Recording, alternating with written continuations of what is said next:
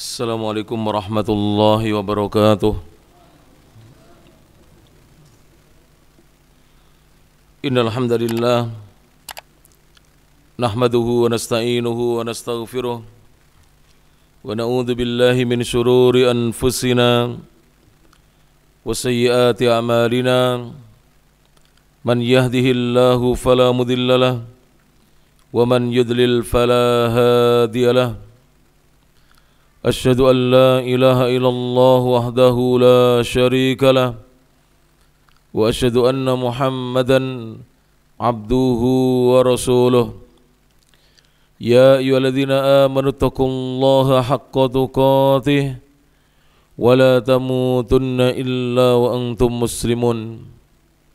Ya ayyuhan nasu taqu rabbakumul ladzi khalaqakum min nafsin wahidah وخلق منها زوجها وبث منهما رجالا كثيرا ونساء واتقوا الله الذي تساءلون به والأرحام إن الله كان عليكم رقيبا يا أيها الذين آمنوا اتقوا الله وقولوا قولا سديدا يصلح لكم أعمالكم ويغفر لكم ذنوبكم ومن يطع الله ورسوله فقد فاز فوزا عظيما. أما بعد فإن أصدق الحديث كتاب الله وخير الهدى هدى محمد صلى الله عليه وعلى آله وسلم وشر الأمور محدثاتها فإن كل محدثة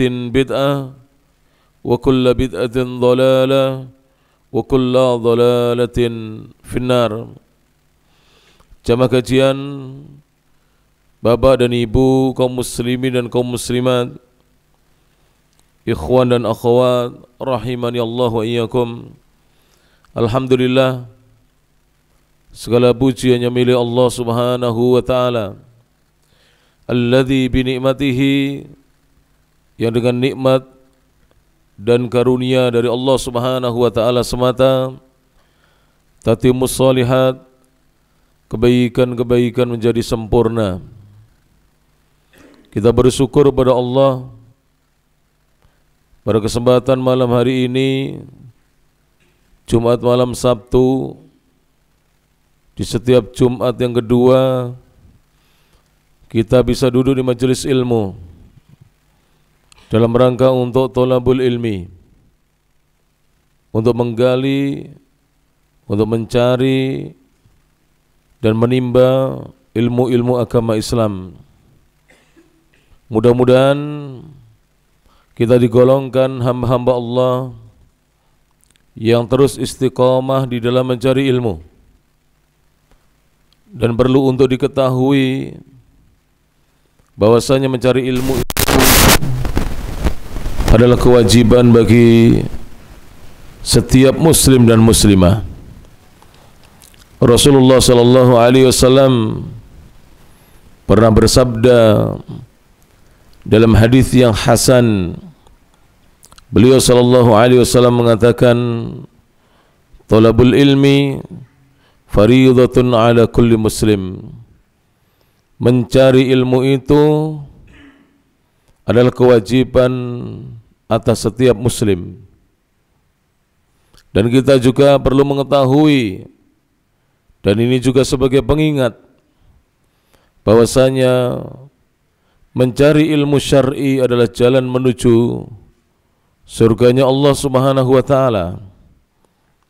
Sebagaimana sabda Nabi sallallahu alaihi wasallam, "Man salaka tariqan," barang siapa menempuh satu jalan, yaltamisu fihi ilman, yang di jalan itu dia mencari ilmu agama Islam, dia belajar ilmu agama Islam, dia tidak mencari harta, dia tidak berdagang mencari keuntungan, namun dia mencari ilmu agama Islam, mempelajari ilmu warisan Rasulullah sallallahu alaihi wasallam. Maka Rasul sallallahu alaihi wasallam berjanji kepadanya, sahalallahu lahu bihi tariqan ilal jannah. Allah akan mudahkan untuknya jalannya menuju surga disebabkan dia mau menempuh jalan mencari ilmu. Dia mau berjalan untuk menimba ilmu agama Islam. Dan Rasulullah sallallahu alaihi wasallam diperintahkan oleh Allah Ta'ala agar beliau selalu meminta tambahan ilmu, yang mana Nabi tidak pernah diperintahkan oleh Allah Ta'ala untuk meminta tambahan yang lainnya. Beliau hanya diperintahkan untuk meminta tambahan ilmu. Adapun yang lainnya cukup bermohon dan meminta, tapi tidak diperintahkan oleh Allah Ta'ala untuk meminta tambahan darinya. Hal ini menunjukkan bahwa ilmu memiliki fadilah yang kabirah, yang besar, azimah, yang agung di sisi Allah Subhanahu wa Ta'ala. Allah berfirman dalam surah Toha, surat nomor 20, ayat nomor 114. Allah berfirman kepada nabinya Muhammad sallallahu alaihi wasallam, "Wa qur rabbi zidni ilma." Wa qul, dan ucapkan wahai Muhammad, wahai Rasulullah sallallahu alaihi wasallam, Rabbi, wahai Rabbku, wahai sesembahanku, zidni, tambahkanlah kepadaku ilma, ilmu.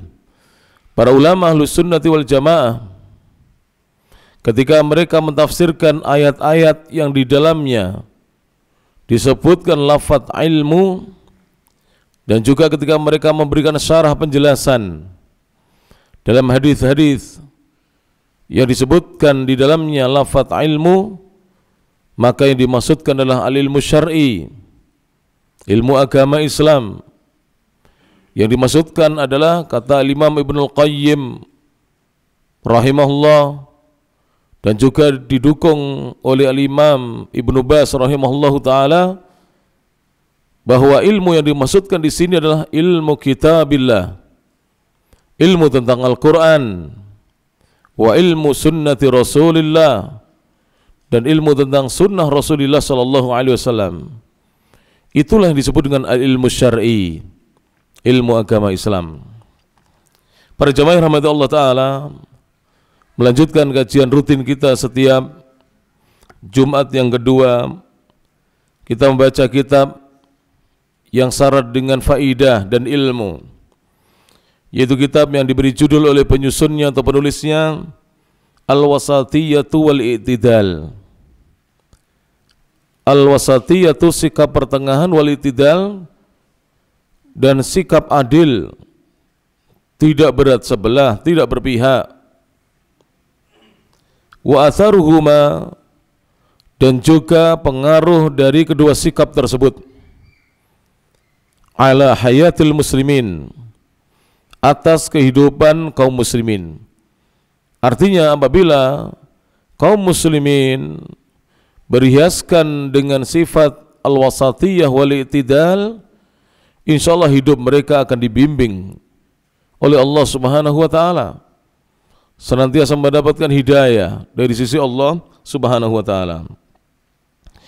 Yang mana sebenarnya kitab ini ditulis dari muhadaratun lima'ali Syekh Saleh bin Abdul Aziz bin Muhammad bin Ibrahim Ali Syekh hafizahullah ta'ala. Ini berasal dari ceramah agama yang disampaikan oleh Yang Mulia Syekh Saleh bin Abdul Aziz bin Muhammad bin Ibrahim Ali Syekh, yang mana beliau adalah dulunya Wazirus Syu'unil Islamiyah wa Da'wati wal Irsyad, Menteri Urusan Islam, Dakwah dan Irsyad, bimbingan Kerajaan Arab Saudi. Beliau hafizahullah ta'ala mengatakan di pembahasan yang berikutnya, bagi yang mungkin menyimak dari kitabnya, di halaman 11, yang mana judul babnya adalah Al-Wasatiyatu Sifatu Hadhil Ummah. Sikap pertengahan itu adalah sifat yang merupakan sifat dasarnya umat ini, yaitu umatnya Rasulullah Sallallahu Alaihi Wasallam.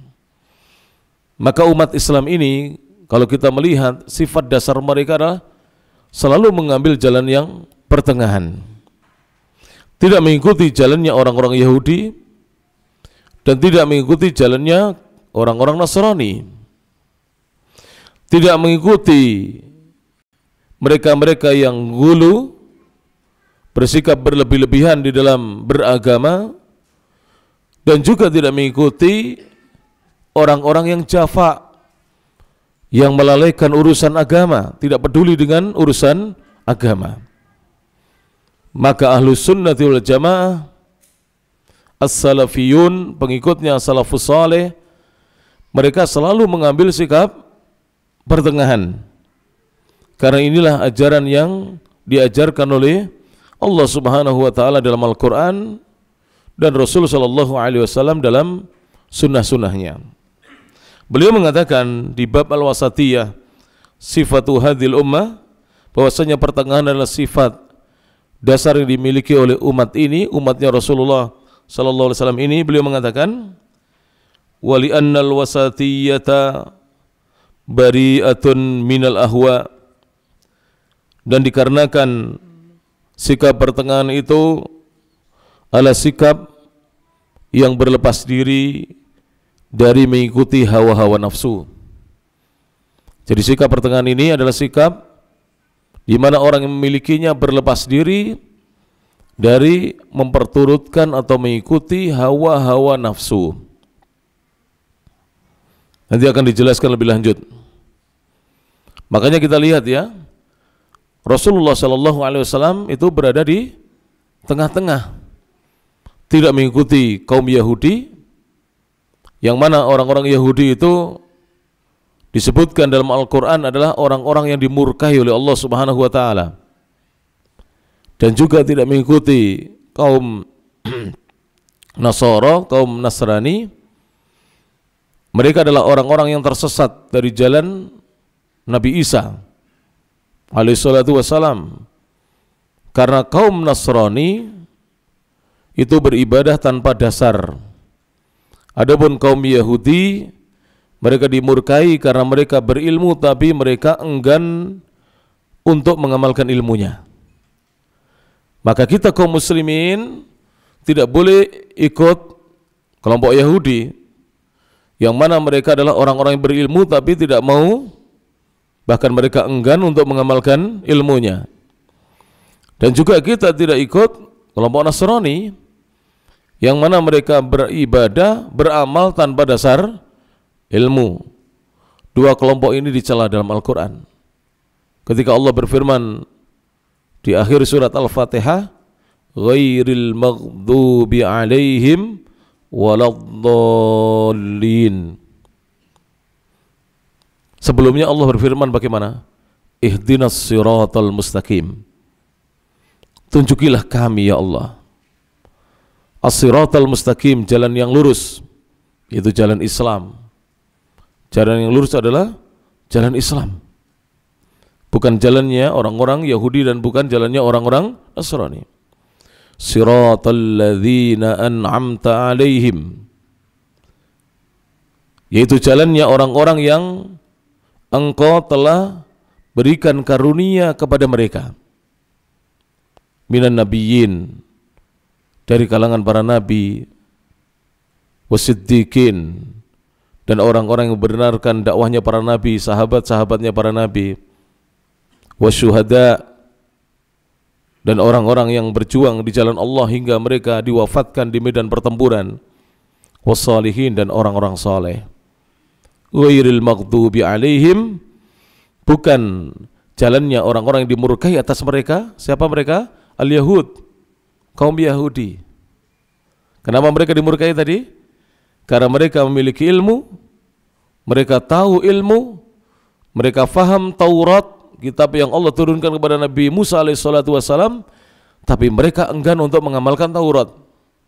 Dicela oleh Allah Subhanahu wa taala, ghairil maghdubi alaihim, bukan jalannya orang-orang yang dimurkai atas mereka.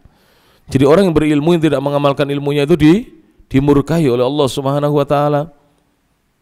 Bapak-bapak dan ibu-ibu, panjenengan tahu bahwa salat 5 waktu itu wajib fardu atas setiap muslim muslimah, lalu tidak salat dimurkai oleh Allah Subhanahu wa taala. Bapak-bapak tahu bahwa laki-laki yang sehat disuruh pergi ke masjid, panjenengan tidak ngantuk berat, panjenengan tidak sakit, bisa berjalan, panjenengan dengar azan lalu tidak pergi ke masjid, dimurkai oleh Allah Subhanahu wa taala. Seperti kaum al-Yahud yang mereka belajar ilmu sampai mereka faham ilmu, namun sesudah faham justru mereka tidak mau mengamalkannya. Jadi ilmu hanya dipamerkan saja, supaya nanti kalau ditanya orang, hafal Taurat? Hafal. Semuanya iya, tapi ilmunya tidak diamalkan. Orang seperti ini tercela. Demikian juga an-Nasara waladdallin, dan bukan jalannya orang-orang yang tersesat. Siapakah orang-orang yang tersesat? Yaitu kaum Nasrani. Mereka beribadah tanpa dasar, beribadah tanpa dalil, semangat ibadah namun tidak didukung dengan dalil. Jadi semangatnya mereka hanya semangat ibadah, tapi mencari ilmunya tidak terlalu semangat. Mereka lemah dalam mencari ilmu, namun mereka hanya bersemangat menjadi ahlu ibadah. Allah mencela kedua kelompok ini, dan Allah memuji orang-orang yang mengikuti para nabi, para siddiqin, para syuhada, dan para salihin. Faghaliban, maka kebanyakannya atau mayoritasnya yakunu tarafa al-jihatain, maka dia ada pada dua ujung dari dua sisi atau dua arah. Immal ghulu, jadi orang yang mengikuti hawa nafsu itu berada di ujung ghulu, wa immal jafa, atau di ujung, di tepi al-jafa. Al-ghulu adalah sikap berlebih-lebihan, al-jafa adalah sikap meremehkan, tidak peduli. Jadi di dalam beragama kita tidak boleh memiliki sifat al-ghulu, sikap berlebih-lebihan di dalam beragama, di dalam beribadah kepada Allah, dan tidak boleh pula kita menengok kepada sikap al-jafa, sampai tidak peduli kepada agamanya, sampai menelantarkan agamanya, lalai dari mempelajari agamanya. Kedua-duanya tercela. Wa imma at-tafriq wa imma al-ifrat, maknanya hampir sama. Dan bisa jadi seorang disebabkan mengikuti hawa nafsu itu, dia terjatuh pada at-tafriq, sikap melampaui batas. Jadi selain berlebih-lebihan, dia melampaui batas.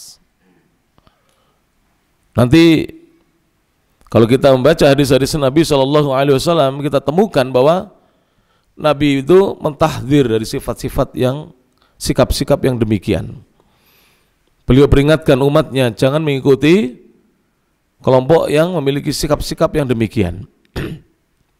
Suatu hari para jemaah diceritakan dalam sebuah hadis yang sahih bahwasanya Rasulullah SAW itu kedatangan 3 orang. Yang ketiganya datang kepada Nabi SAW, bertanya kepada beliau SAW, bertanya kepada istri-istri Nabi SAW tentang ibadahnya Nabi Muhammad SAW. Jadi ada 3 orang datang kepada Rasulullah SAW yang bertanya kepada istri-istri Nabi SAW tentang bagaimana ibadahnya Rasulullah SAW ketika ada di dalam rumahnya. Syukran. Jadi Rasulullah itu ketika beribadah di masjid atau di luar, para sahabat tahu radhiyallahu anhum Jadi mereka tidak perlu bertanya. Tapi bagaimana ibadahnya Rasulullah SAW saat beliau di dalam rumah, itu yang tidak diketahui oleh para sahabat radhiyallahu anhum. Yang tahu hanyalah istri-istri beliau, ummahatul mukminin radhiyallahu anhun. Maka ada 3 orang datang mengunjungi rumah-rumah istri-istri Nabi sallallahu alaihi wasallam. Ketiganya bertanya bagaimana ibadahnya Nabi sallallahu alaihi wasallam. Setelah diberitahu oleh sebagian istri Nabi tentang ibadahnya Rasulullah sallallahu alaihi wasallam, maka kemudian ketiganya merasa bahwa ibadah mereka selama ini sangat kurang dan terlalu sedikit dibandingkan ibadah yang dikerjakan oleh Rasulullah sallallahu alaihi wasallam. Apalagi melihat bagaimana Rasulullah salat malamnya, tentu mereka semakin merasa kurang ibadahnya. Rasulullah itu salat malam sampai bengkak kakinya. Beliau 1 rakaat di salat malamnya, di salat tahajudnya, di qiyamul lailnya, itu tidak cukup hanya 10 ayat dalam 1 surat. Bahkan tidak cukup 1 surat panjang dibaca. Beliau sallallahu alaihi wasallam sampai membaca surat Al-Baqarah sampai selesai, 286 ayat. Masih dilanjutkan lagi oleh beliau surat An-Nisa 176 ayat. Lalu dilanjutkan surat Ali Imran, memang begitu, tidak urut, 200 ayat sebagaimana dalam riwayat yang sahihah. Apakah ada di antara kita berjamaah yang mampu sholat malam 1 rakaat membaca 3 surat panjang-panjang? Setelah Al-Fatihah, Nabi SAW membaca surat Al-Baqarah, lalu membaca An-Nisa, begitu riwayatnya, lalu membaca Ali Imran. Memang tidak urut dan boleh itu. Nabi sengaja menunjukkan bahwa di dalam sholat boleh kita membaca surat tidak urut, tapi ayat harus urut, tidak boleh ayat tidak urut. Tidak ada di antara kita yang mampu. Termasuk sahabat yang datang itu merasa tidak mampu juga kalau melihat ibadahnya Rasulullah SAW. Maka begitu Rasulullah mendengar ucapan dari 3 orang itu, yang satu mengatakan akan sholat terus tidak tidur, yang satu mengatakan akan puasa terus tidak berbuka, yang satu mengatakan tidak akan menikahi wanita selama-lamanya. Begitu mendengar 3 orang ini berlebih-lebihan dalam beragama, melampaui batas, Nabi SAW mengatakan, antumul ladzina qultum kada wa kada. Apakah kalian orang-orang yang telah mengatakan demikian dan demikian? Ama wallahi, ketahuilah demi Allah, kata Nabi, inni la akhsyakum lillahi wa atqakum lah. Sesungguhnya aku ini adalah manusia yang paling takut kepada Allah dan paling bertakwa kepadanya. Walakinni, kata Nabi, akan tetapi aku ini, walaupun aku orang yang paling takut kepada Allah dan paling bertakwa, aku ini asumu wa uftir. Aku puasa, aku juga berbuka. Jadi tidak boleh puasa seperti puasa di zaman nenek moyang kita, ngebleng. Tahu puasa ngebleng? Ya, tidak boleh pati geni, tidak boleh puasa mute berlebihan. Yang paling bahaya adalah ngebleng dan pati geni itu. Tidak diperkenankan itu. Karena puasa itu ada sahur, ada bukanya. Bukan puasa terus tanpa ada sahur, tanpa ada buka puasa. Lalu Nabi mengatakan, wa usolli wa arqud, dan aku sholat malam dan aku juga tidur sebelumnya. Di antara sunnah Nabi SAW adalah beliau senantiasa tidur di awal waktu supaya agar bisa bangun di akhir tengah malam. Jadi supaya bisa bangun di sepertiga malam yang terakhir. Kalau kita tidur sering di akhir waktu supaya bisa bangkong besok harinya. Betul gitu? Nah ya. Besok diperbaiki, nanti segera tidur, jangan terlalu malam-malam. Kalau kita tergolong orang yang tidak mampu sholat subuh berjamaah atau sering ketinggalan sholat subuh berjamaah, atau kita ini sering tidak dengar adzan subuh, ya, maka tidurlah di awal waktu supaya kita bisa bangun di akhir malam untuk mendirikan sholat malam. Bukankah Rasulullah SAW pernah bersabda, afdhalus sholati ba'dal maktubati sholatul lail. Sholat yang paling afdal, yang paling utama di antara sholat-sholat sunnah sesudah sholat yang diwajibkan, yang difardukan adalah sholat malam. Kerjakan para jamaah. Saya misalnya ngobrol dengan orang itu ya, misalkan ya, kalau di depan saya itu rajin sholat malam, insya Allah terdeteksi itu. Tapi ngobrol dulu. Betul itu. Orang itu bisa mendeteksi orang ini rajin sholat malam atau tidak. Tapi orang yang tidak menjaga sholat malamnya, bahkan dia menelantarkan, melalaikan sholat 5 waktunya, naudzubillah, hidupnya tidak akan ditata oleh Allah Subhanahu wa ta'ala.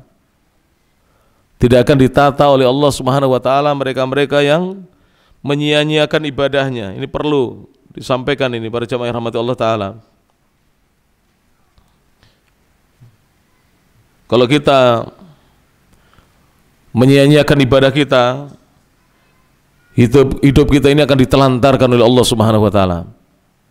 Tapi kalau kita menjaga ibadah kita, wabil khusus sholat 5 waktu kita, kemudian sholat malam kita, hidup kita akan ditata oleh Allah Subhanahu wa ta'ala, akan diarahkan dan dibimbing oleh Allah Subhanahu wa ta'ala. Allah berfirman, bisa dicatat yang bawa catatannya, dalam Al-Quran, dalam surah An-Nahl ayat nomor 97. Saya bukakan di sini mushafnya.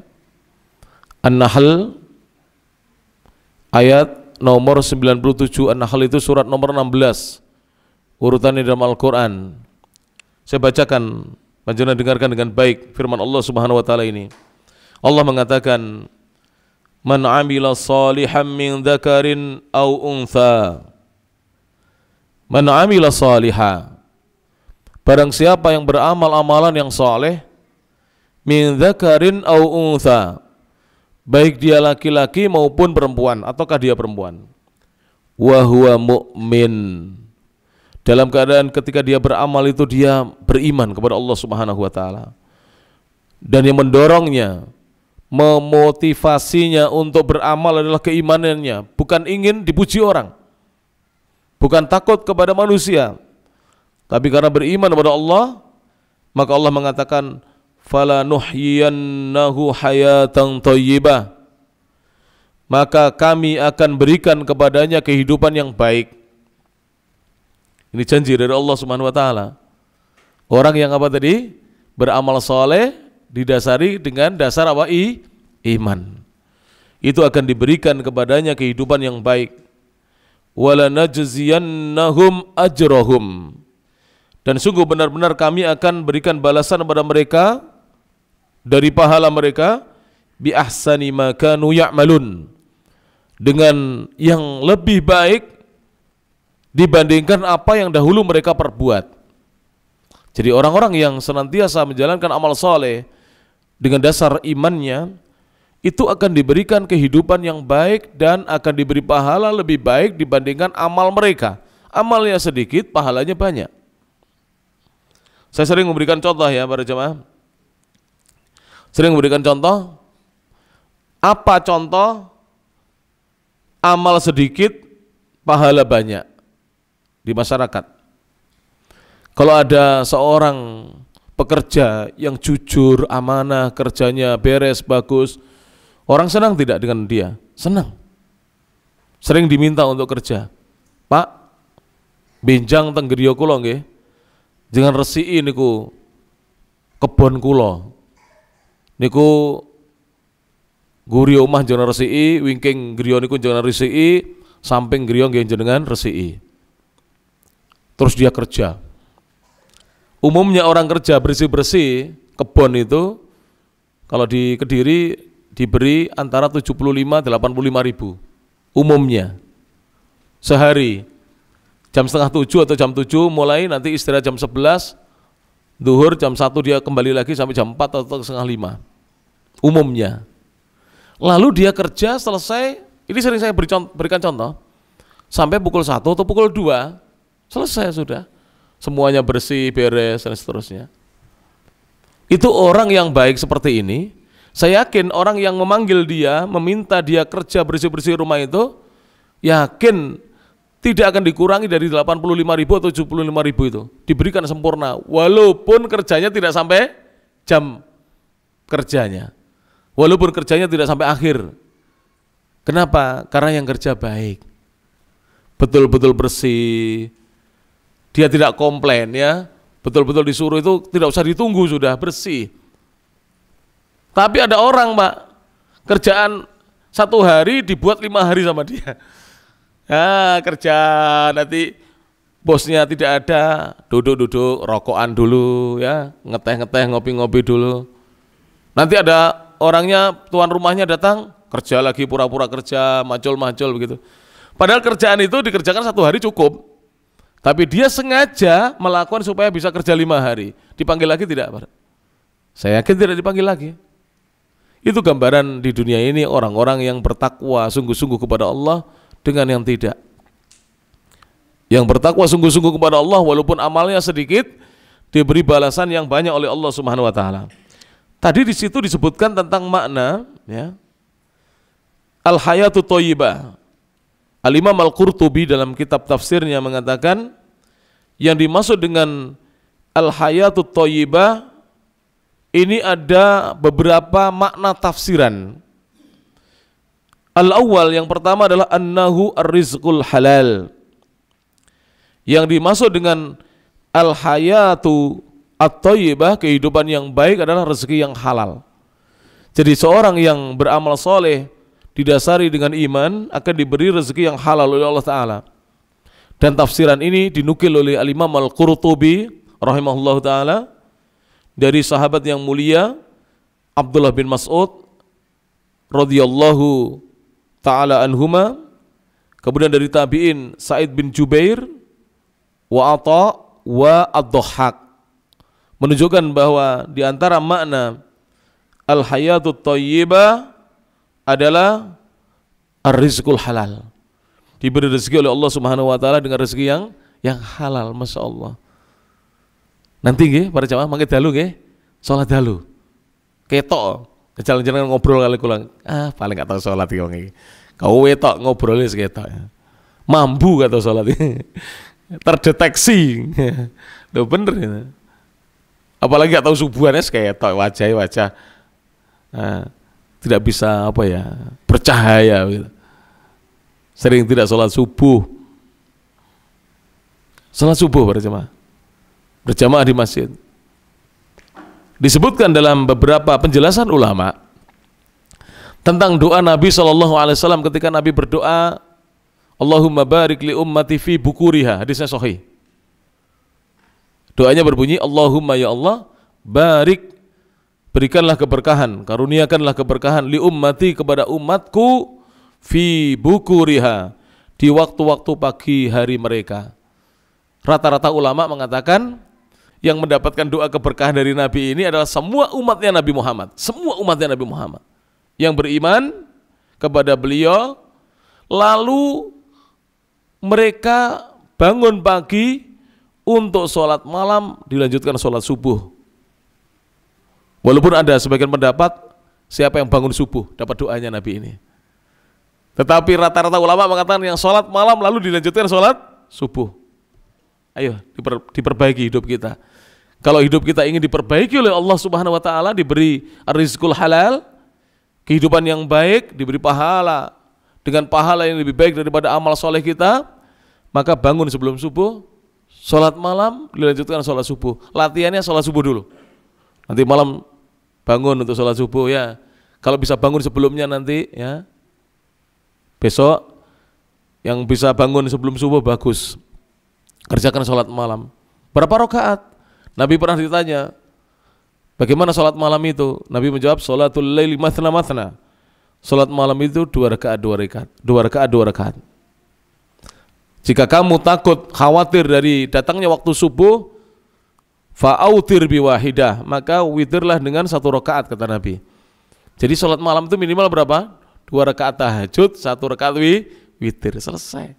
Besok tambah lagi 4 rakaat tahajud, 1 witir, besoknya tambah lagi 6 rakaat tahajud, 3 witir, begitu meningkat. Subhanallah.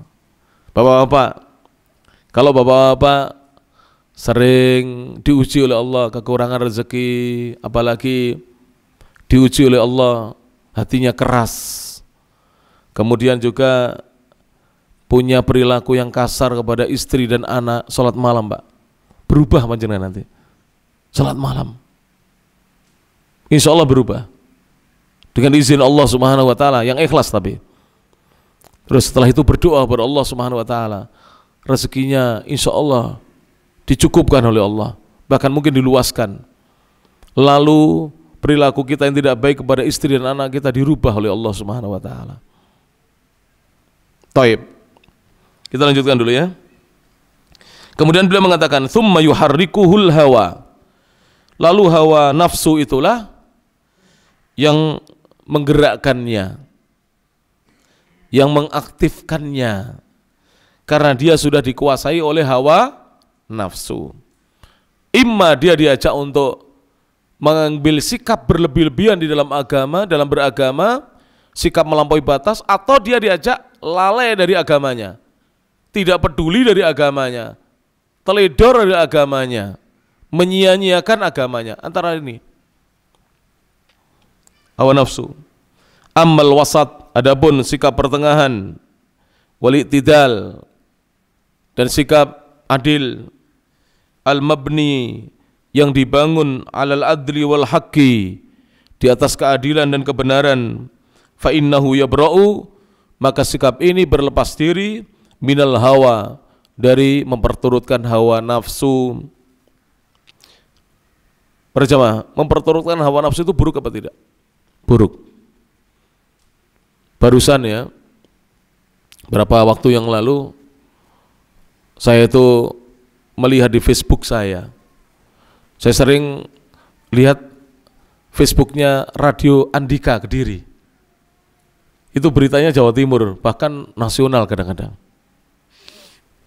Rata-rata para jamaah rahmati Allah Ta'ala, di berita itu ya, kecelakaan-kecelakaan yang terjadi itu karena apa? Hawa nafsu. Memacu kendaraan di luar batas apa? Kemampuan kendaraan. Mobil bagus-bagus terbalik, naudzubillah min dzalik, nabrak pembatas tol, terjungkir dan seterusnya. Rata-rata faktor kesalahan mutlak dari manusia yang mengemudikan kendaraan itu. Para jemaah, kendaraan misalnya kalau jalan 20-40, direm itu santai enggak? Santai. Andeka pun 20 kilo ini menabrak ya paling penyok lah. Tapi kalau kendaraan 80-100 nabrak bagaimana Pak? Penyok. Bukan hanya penyok, bukan hanya ringsek, yang di dalam naudzubillah kena ringsekan kendaraannya. Kalau dia nabrak orang kecepatan segitu, bisa ngerem Pak? Bisa menguasai kendaraan Pak? Tidak bisa. Makanya Rasulullah mengatakan dalam hadis yang sahih, al-ajalatu minasyaiton, ketergesa-gesaan itu dari syaitan, wa ta'anni, kehati-hatian minar rahman, dari Allah yang Maha Pemurah.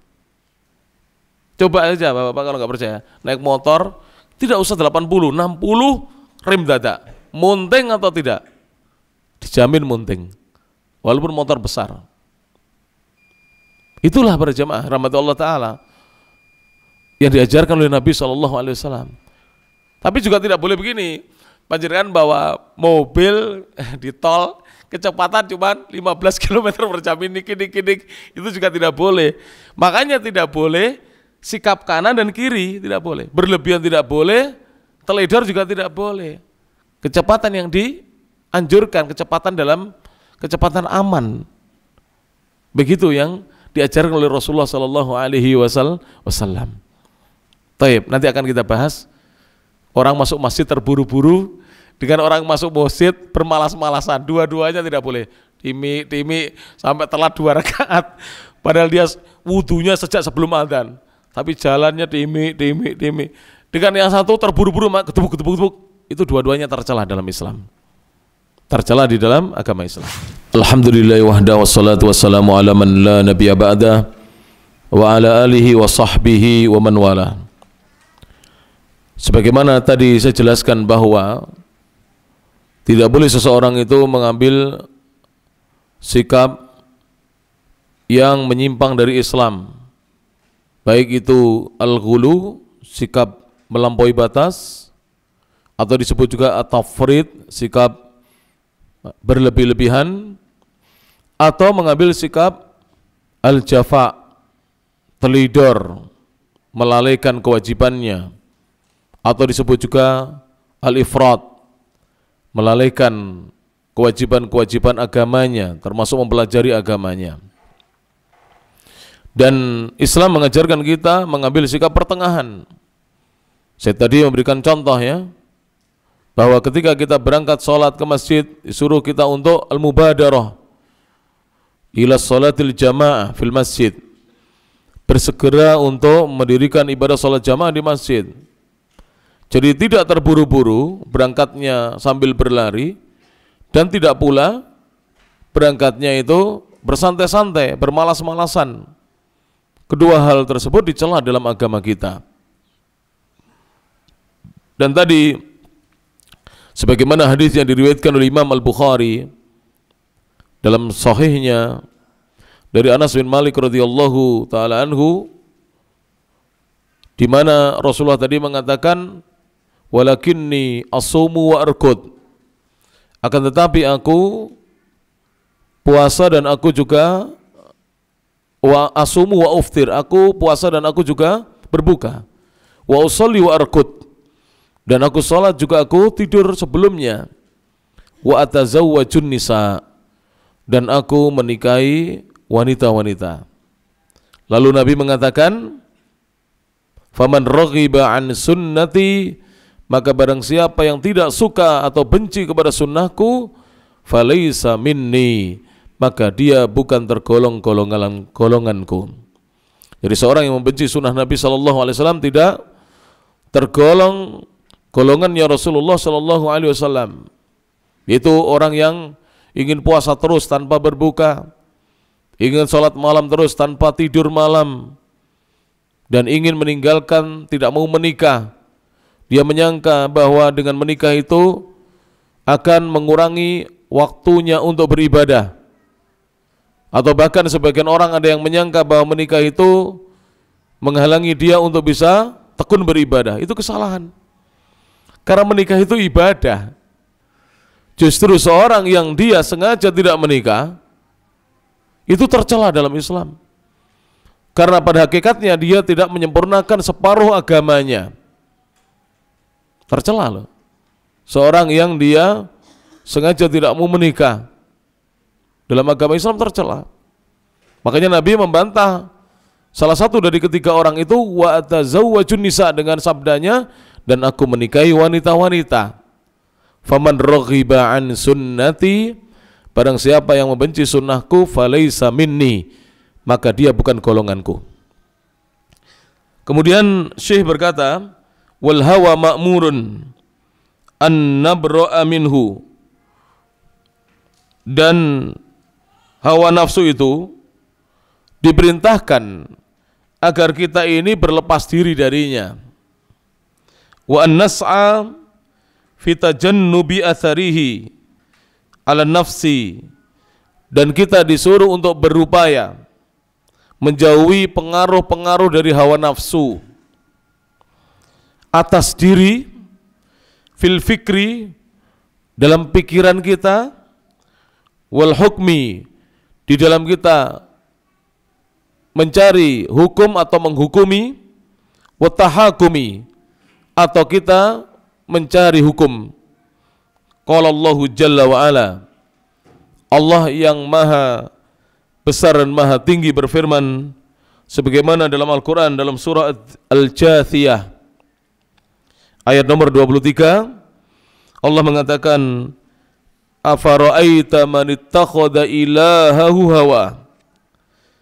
Afara'ait, bagaimana pendapatmu wahai Muhammad, man ittakhadha, terhadap orang yang dia menjadikan ilahahu hawahu, hawa nafsunya sebagai ilah sesembahan baginya. Bagaimana pendapatmu wahai Muhammad terhadap orang yang menjadikan hawa nafsunya sebagai sesembahan baginya? Banyak tidak ini? Banyak. Itu orang-orang yang memperturutkan hawa nafsu, yang justru dia meninggalkan perintah-perintah agama. Jadi perintahnya hawa nafsunya diikuti, diperturutkan, namun perintah agama ditinggalkan. Na'udzubillah min dzalik. Contoh apa? Begadang sampai malam, itu perintahnya apa? Nafsu atau agama? Kalau agama disuruh tidur di awal malam, tadi sudah dibahas. Rasulullah itu tidurnya di awal malam. Rasul itu sallallahu alaihi wasallam selepas sholat isya, kalau tidak ada tamu, tidak ada urusan, beliau segera tidur agar bisa bangun di sepertiga malam yang terakhir. Itu Nabi sallallahu alaihi wasallam. Begadang malam berarti apa? Hawa nafsu, kecuali jaga malam ya, ronda. Bukan hawa nafsu, itu menjalankan kewajiban atau tugas. Bapak security, satpam, penjaga keamanan, dia berjaga-jaga malam. Bapak polisi berjaga malam. Bapak reserse intel berjaga malam. Tentara berjaga. Ini tugas, kewajiban, mendapatkan pahala. Tapi begadang ngobrol ngalul ngidur, tidak ada faedahnya, dan dia tahu besok pasti tidak bangun pagi, tidak bangun subuh. Ini berarti memperturutkan hawa nafsu. Perintah nafsunya diikuti, perintah Allah tidak diikuti, tidak diindahkan. Banyak seperti ini, manusia-manusia yang seperti ini, na'udzubillahi min dzalik. Seringkali hawa nafsunya yang diperturutkan, tapi Allah Subhanahu wa taala tidak pernah diikuti perintah-perintahnya. Kita ambil contoh ya, para jamaah yang rahmati Allah taala. Kita ambil contoh. Yang paling mudahnya adalah sholat. Sholat 5 waktu itu perintah Allah bukan? Perintah Allah Subhanahu wa taala dan perintah Rasulnya sallallahu alaihi wasallam. Orang yang mendirikan sholat 5 waktu itu rugi atau tidak, para jemaah? Orang yang mendirikan sholat 5 waktu itu rugi atau tidak? Tidak rugi. Kalau seorang itu mendirikan ibadah sholat 5 waktu, tidak ada ruginya. Dia mendapatkan keuntungan yang luar biasa. Lebih-lebih nanti di akhirat, amalan yang pertama kali akan dihisab itu sholat. Sebagaimana sabda Nabi SAW, awwalu ma yuhasabu bihil abdu yaumal qiyamah as-shalah. Amal ibadah yang pertama kali akan dihisab, dihitung atas diri seorang hamba pada hari kiamat adalah sholat. Fa in soluhat, dalam satu riwayat fa in solahat soluha sairu amalihi, jika sholatnya baik maka menjadi baik seluruh amal ibadahnya, dinilai baik seluruh amal ibadahnya. Wa in fasadat, jika sholatnya rusak, fasada sairu amalihi, akan rusak seluruh amalnya. Ini barusan adzan isya kan? Berapa persen umat Islam yang mau memenuhi panggilan Allah adzan isya? Tapi kalau HP berdering, mohon maaf ini ya. Jadi HP ini bisa menjadi setan juga ini ya. Istilahnya orang sekarang setan gepeng ini. Saya pernah bilang begini, banyak yang marah. Masa setan? Bisa menjadi. Pisau itu juga bisa menjadi apa? Barang bukti apa? Kejahatan kalau digunakan untuk membunuh. Tapi kalau pisau untuk ngerajang, untuk hal-hal yang baik, menyembelih ayam, dapat pahala kita. Coba kalau antum HP-nya berdering, kira-kira dibiarkan atau segera diangkat? Yang betul apa? Kebanyakan manusia segera diangkat, kecuali kalau yang nelpon temannya yang dihutangi, baru tidak diangkat. Waduh, ini mesti ditagih, ya kan? Iya kan? Begitu. Atau bosnya karena dia bolos hari ini tidak kerja, ditelepon, tidak diangkat. Tapi kalau yang menelpon orang, wah, kawan dekatnya, sahabat karibnya, diangkat. Padahal panggilan Allah belum tentu dipenuhi lah. Tapi panggilannya HP, naudzubillah min dzalik. Jadi setan itu haris, gigih sekali untuk menyesatkan manusia. Itu tadi contoh yang nyata itu, begadang itu lah. Kenapa antum kalau ngopi berjam-jam di warung itu kok tahan? Ya. Tapi kalau ngaji begini kok lihat jam terus? Ya. Ini tadi saya lirik kok tidak ada yang melihat jam. Saya sudah perjanjian dari dulu loh ya. Ini jamaah saya yang lama tahu. Pokoknya kalau ngaji dengan saya lihat jam, saya lama. Kalau tidak lihat jam, tiba-tiba saya selesai gitu. Pokoknya kalau saya lama berarti ada yang lihat jam. Kalau saya cepat selesai, oh berarti tadi tidak ada yang lihat jam. Aman berarti. Aman terkendali. Iya. Subhanallah, kita ini sering para jamaah ya, mengikuti, memperturutkan hawa nafsu. Bukan hanya panjenengan, saya ya, sering memperturutkan hawa nafsu. Pada Allah mencela hal tersebut. Berjamaah rahmat Allah Ta'ala. Lalu Syekh mengatakan, saya selesaikan sama titik ya. Wa kaunul wasatiyati wal i'tidal musilatan ila tahqiqi maqasidis syariati fid dini wa dunya. Bahwasanya keadaan dari sikap pertengahan dan sikap adil itu akan menghantarkan seseorang yang mengambil sikap ini, bersikap pertengahan ini, akan mengantarkan untuk mewujudkan tujuan-tujuan dari syariat agama Islam. Fiddin, pada agamanya dia, wa dunya, dan dalam kehidupan dunianya. Jadi seorang yang bersikap pertengahan, itu tujuan-tujuan dari syariat agama Islam ini tercapai. Baik tujuan yang terkait dengan agama maupun terkait dunia. Contoh ya, panjenengan, saya beri contoh. Baca Quran misalnya, saya beri contoh aja ya. Baca Quran dari pagi sampai mau tidur, baca terus tidak berhenti. Saya yakin besok bisa libur 1 bulan itu gak baca Quran. Tapi kalau baca Quran sedikit, subhanallah, maka berlebihan itu akan membuat orang itu tidak bisa tercapai tujuan-tujuan agama itu. Saya beri contoh lagi, pemuda-pemuda ya. Mohon tidak tersinggung dengan saya. Kalau tersinggung ya memang saya sengaja menyinggung ya. Tolong jangan tersinggung. Sengaja saya menyinggung. Kalau mau cari istri, pemuda-pemuda yang belum punya istri ya, bapak-bapak nggak usah ikuti resep saya. Ini pemuda. Karena sampai-sampai sudah punya. Balik ini nah. Jadi pemuda-pemuda, ikuti resep saya. Jangan terlalu banyak kriteria yang dicari. Akhwat putih, kuning langsat atau minimal kuning langsat, tinggi, minimal 160. Loh, orang Indonesia cewek 160 susah loh itu. Umpama sampean pesen nang aku enek, tak pek dhewe. Umpama lho iku ya, umpama lho ya. Loh, susah itu. Loh, ada beberapa ikhwan itu pesan ke saya, tinggi minimal. Ya Allah. Sejak tahun berapa Nabi mengajarkan tinggi minimal istri itu sekian.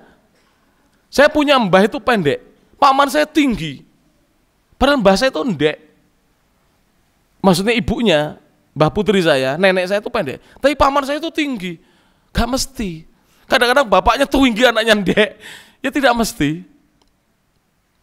Jangan dijadikan kriteria yang paling inti. Kemudian cantik. Jadi cirinya mancung, S1, apalagi. Terus pokoknya kriterianya tuh, ya Allah. Ini bener. Akhirnya tidak nikah-nikah gara-gara belum tercapai. Sudah ada kriteria ini 9 masuk, tinggal 1 kurang mancung, tidak jadi dia. Semua tercapai, tinggal 1 tidak tinggi, tidak jadi. Semua masuk, tinggal 1 yang kurang apa? Belum S1, tidak jadi. Ya Allah ya Rabbi, kapan rabine yang ini? Terus begitu. Ini namanya berlebih-lebihan. Dalam beragama tidak boleh seperti ini. Kalau sudah ada masuk beberapa kriteria, istikharah, diistikharahai. Ketika ada petunjuk dari Allah, sudah menikah bismillah, gitu. Allah itu mudah kok. Ya. Jangan terlalu ini. Cari pekerjaan juga begitu. Sudah lamar sana, sudah diterima. Anu Ustaz, kenapa? Gajinya kecil Ustaz. Tidak mau bertahan dulu, kerja dulu, cari pengalaman dulu, 5-7 tahun. Nanti dapat pengalaman, bisa jadi nanti dia di situ diangkat menjadi supervisor atau apa, staff dan seterusnya. sabar dulu. Jangan buru-buru keluar. Bentar lagi kerja 2 bulan keluar lagi. Ini berlebih-lebihan, sikap seperti ini berlebih-lebihan, tidak dianjurkan dalam agama Islam. Ya, merugikan seperti ini. Jadi sikap berlebihan itu merugikan agama dan dunianya. Rugi, Pak. Contoh ya, dagang ya, dagang. Saya beri contoh. Panjenengan dagang apa lah ya? Motor ya, motor. Datang pembeli, sudah nawar motor jenengan, sudah laba 150, kasihkan saja bismillah. Pun Pak, kalau suka nih, jane kula nggih dereng kathah niki bathine ngono. Pun kalau suka nih, jenengan dongakne nggih, mugi-mugi kula dagangan ini kathah sing pajeng, barokah. Oh nggih Nak, kula dongakne sampean. Laris Mak, ndang payu kabeh motore sampean iki ndang entek, ndang kulaan maneh Nak. Wah, didoakan begitu. Amin panjenengan gitu. Itu barokah itu. Tapi ini ditolak. Nanti tidak datang seminggu gak ada orang datang. Dia cerita-cerita, itu mahal itu. Saya kemarin ke sana ngenyang tidak boleh. Padahal sudah laba. Coba diberikan. Nanti datang lagi orang yang kedua, orang yang ketiga, orang yang keempat. Ini nyata ini para jemaah rahmati Allah Ta'ala. Ini contoh juga ada sebagian mohon maaf dai itu berlebihan. Saya beri contoh dai yang berlebihan. Dia suruh ngaji. Terus kemudian mohon maaf ini kalau ada dai yang tersinggung ini. Setelah itu setelah ngaji, dilalah kersane Allah, ya kersane Allah ya. Kersane ngalah, kersane Allah ya, mohon maaf. Itu takmirnya lupa ngasih amplop. Itu saya pernah ngalami itu. Ya ta? Terus sebagian dai tidak mau datang lagi. Wah, gak enak ngaji ini gak dikasih amplop. Saya terus terang Pak, jujur saya itu gak suka amplop Pak. Seneng ngisine aku. Ya, nyapa amplop paling dibuat bareng ngono. Sampai nek amplope Ustaz, ojo mbok kelet. Biar bisa dimanfaatkan untuk bowo-bowo itu. Untuk kalau sampean kelet tak buak nanti. Itu resep ya. Ora lek tak delok tak hitung ngene ora. Tidak boleh itu saru, dai begitu saru. Tidak pantas gitu. Kurang adab. Ada sebagian dai dikasih kecil, gak datang lagi dia. Itu nanti memutuskan rezekinya dia. Tapi kalau dia muda, mau dikasih, mau tidak dikasih, kasih sedikit, kasih banyak, dikasih minum, tidak dikasih minum. Saya sering sama Mas Aus itu ngaji gak ada apa-apanya. Wala air putih, wala teh, wala kopi, apalagi diajak makan, tidak. Ya tetap kita datang. Alhamdulillah jadwal kita ini full. Setahun udah full, gak ada waktu longgar itu. Tapi dai yang sok-sokan itu, jadwalnya habis, gak ada orang mau ngundang. Kenapa? Karena dia berlebihan dalam bersikap. Tidak boleh berlebihan dalam bersikap. Memudahkan orang itu mendatangkan rezeki bagi kita dari Allah Subhanahu wa Ta'ala. Benar para jemaah. Saya punya saudara dokter dinas di Pacitan. Tahu Pacitan zaman dulu ya. Zaman dulu Pacitan. Itu kalau ada pasien periksa ke rumahnya beliau, apa prakteknya, tempat prakteknya beliau itu kebetulan kepala rumah sakit di Pacitan sana. Awalnya kepala puskesmas naik jadi kepala rumah sakit. Beliau ini cerita pada saya bahwasanya sering orang-orang yang berobat itu tidak ngasih duit, kalaupun ngasih pisang, ngasih kelapa. Diterima sama beliau. Subhanallah, prestasinya itu terus menanjak sampai jadi kepala rumah sakit. Terus menanjak. Tidak pakai suap-suapan itu. Kenapa? Karena beliau menolong orang, akan ditolong oleh Allah Subhanahu wa Ta'ala. Tapi dokter yang sok-sokan itu, ada orang kelihatan kaya langsung ditarif tinggi itu, tidak akan laku. Lama-lama orang tidak akan datang sana, sepi itu prakteknya itu. Di paman saya itu, subhanallah saudara saya itu ngantri Pak. Dulu ada dokter, sekarang beliau tinggal di Surabaya. Dulu tinggal di Pari, namanya Dokter Pangestu Adi, ahli penyakit dalam. Itu ngantri itu, subhanallah Pak, dari pagi itu bisa sampai malam belum selesai ngantrinya itu. Kenapa? Karena beliau kalau tidak dikasih duit tetap diperiksa itu. Bahkan ibu saya sering ya, mungkin lihat ibu saya itu janda, mungkin kelihatan pakaiannya bukan menunjukkan orang yang cukup. Itu katanya ibu saya dulu, zaman dulu 5.000 bayarnya. Kalau ngasih uang 5.000 dikembalikan sekian ribu. Subhanallah. Katanya dokter itu, menika Bu, kangge numpak becak, kangge nitih becak Bu katanya. Dikembalikan. Kalau lihat orangnya nggak begitu mampu dikembalikan. Rezekinya luar biasa, dimudahkan oleh Allah Subhanahu wa taala. Maka sikap berlebihan itu dalam urusan agama tidak baik, dalam urusan dunia juga tidak baik. Karena sikap ini dicela dalam Islam. Demikian bisa disampaikan para hadirin yang dirahmati Allah Subhanahu wa taala. Kurang lebihnya mohon maaf. Insyaallah akan kita lanjutkan dalam pertemuan yang akan datang. Akhirul kalam, subhanakallahumma bihamdik, asyhadu an la ilaha illa ant, astaghfiruka wa atubu ilaik. Wa akhiru da'wana anil hamdulillahi rabbil alamin. Tsumma assalamu alaikum warahmatullahi wabarakatuh.